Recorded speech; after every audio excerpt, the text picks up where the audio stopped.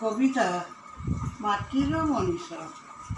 কৃষকর কথা কৃষকর আত্মলিপি ଲେଖିନି ମୁଁ କେବେ ତା ସମସ୍ୟା ତାର ଦୁଃଖ କ୍ଲେଶ ଦୈନ୍ୟତାର ଜୀବନ ଏ ସମାଜର ମୁଖ୍ୟ ଉପଜୀବ୍ୟ।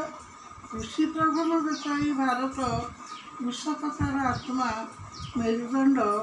କବି ଲେଖିଛନ୍ତି, ଚାଷ ଅଛି ଯାହାର କି ଆନନ୍ଦ ତାହାର, ଚାଷୀ ଭାଇ ଦୁନିଆକୁ ଯୋଗାଉଛି ଆହାର।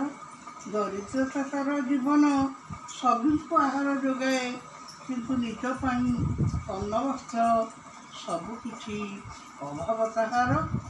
ଦିନ ରାତି ରହୁଲୁହ ଏକାକାର କରି ବିଲରେ କଟେ, ମୁଣ୍ଡ ଝାଳ ତୁଣ୍ଡରେ ମାରି ଖଟେ।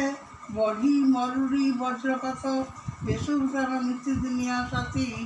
ମରୁଡ଼ି ଫସଲ ହାନି ପୋକ କଟା ପାଣିର ଅଭାବ ତାକୁ ହତାଶ ସାଗରରେ ବସାଏ। ତଥାପି ଚାଷୀ ଭାଇ କେବେ ହାରେନା, ପ୍ରକୃତିର ମିତ୍ର ସେ, ପ୍ରକୃତିର ସନ୍ତାନ ସେ। ମାଟି ସହିତ ମିଶି ମାଟି ହୁଏ ସେ, ମାଟିର ମଣିଷ କୃଷକ। ତାର ଦୁନିଆରେ ହାନି ଲାଭ ଭଲମନ୍ଦ ଘଟୁଥାଏ। ତା ଘରଣୀ ତା ସନ୍ତାନମାନେ ବହୁତ ଅବହେଳିତ।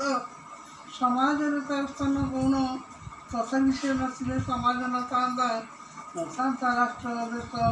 ମଣିଷ ସଭିଙ୍କୁ ସେ ଦାନା ପାଣି ଯୋଗାଏ, ଆହାର ଦେଇ ବଞ୍ଚେଇ ରଖେ। କୃଷି କାର୍ଯ୍ୟର ଆଦର ଅଛି ସମାଜରେ, ଆଖି ଲୁହ ଆଖିରେ ମାରି କୃଷକ ସଭିଙ୍କୁ ଅନ୍ନ ବସ୍ତ୍ର ଯୋଗାଏ। ଆଜି ସରକାର ଶାସକ ସମସ୍ତେ କୃଷକ ପାଇଁ ଚିନ୍ତା କରୁଛନ୍ତି, ତାକୁ ସମାଜର ମୁଖ୍ୟ ସ୍ରୋତକୁ ଆଣିବାର ପ୍ରଚେଷ୍ଟା ଚାଲିଛି। କୃଷିକର୍ମ ହେୟ ନୁହେଁ, କୃଷକ ଅଦରକାରୀ ଅଲୋଡ଼ା ନୁହଁ। ପ୍ରଗତିର ରଥ ଚକରେ ସେ ଏବେ ସାମିଲ ହୋଇଛି। ମାଇଲ ମାଇଲ ସବୁଜ କ୍ଷେତ ଦେଖିଲେ ମନରେ ପ୍ରଶାନ୍ତି ଭରିଯାଏ, ଆନନ୍ଦରେ ମନ ଉତ୍ଫୁଲ୍ଲିତ ହୁଏ। ଜୟ ଯବାନ ଜୟ କିଷାନ ପୂର୍ବତନ ପ୍ରଧାନମନ୍ତ୍ରୀ ଲାଲ ବାହାଦୁର ଶାସ୍ତ୍ରୀ କହିଥିଲେ। ତା ଜୀବନ ରୋଗ ଶୋକ ଯନ୍ତ୍ରଣାରେ ଭରା ଥିବା ବେଳେ ସେ ଅନ୍ୟକୁ ଦାନ ଯୋଗାଏ। ସଭିଙ୍କୁ କେରି ପଲଉ ଯୋଗାଉଥିବା ବେଳେ ସେ ଶାଗ ପଖାଳରେ ଜୀବନ ବିତାଏ। ପ୍ରକୃତିର ସନ୍ତାନ ସେ, ଧରିତ୍ରୀ ମାତାର ସୁନା ପୁଅ ଆଦରଣୀୟ। ମାଟିର ମଣିଷ ଚାଷୀ ଭାଇ ପାଦ ତଳେ ଲକ୍ଷ ପ୍ରଣାମ। Please subscribe my channel.